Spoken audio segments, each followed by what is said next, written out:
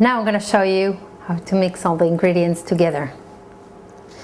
First, we need to make sure that the nuts, the pieces of the nuts are not too big. They shouldn't be too small, but they shouldn't be too big. I drained the raisins. I let it soak for an hour because, as I mentioned before, I poured boiling water on my raisins and let it sit for 10 minutes.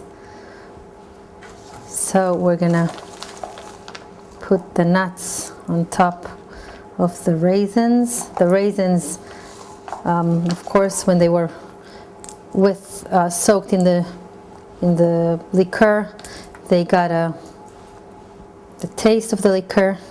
You can't smell it, but I can. Very strong liqueur smell. And now we're gonna mix it with the melted chocolate.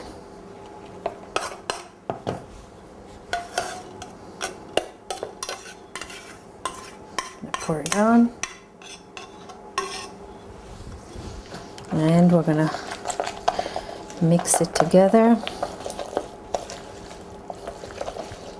You can see that now it's nice and it's mixed up nicely together, and we're gonna be ready now to the next step.